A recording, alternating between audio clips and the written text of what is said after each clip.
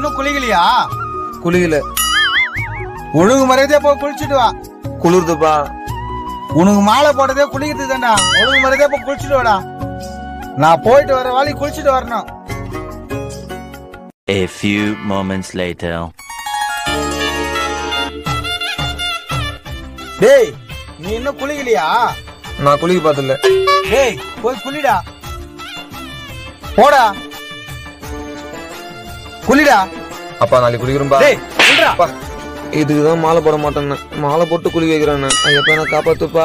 ஓம் சாமியே சரணமையப்பா. ஓம் சாமியே சரணமையப்பா. ஓம் சாமியே சரணமையப்பா.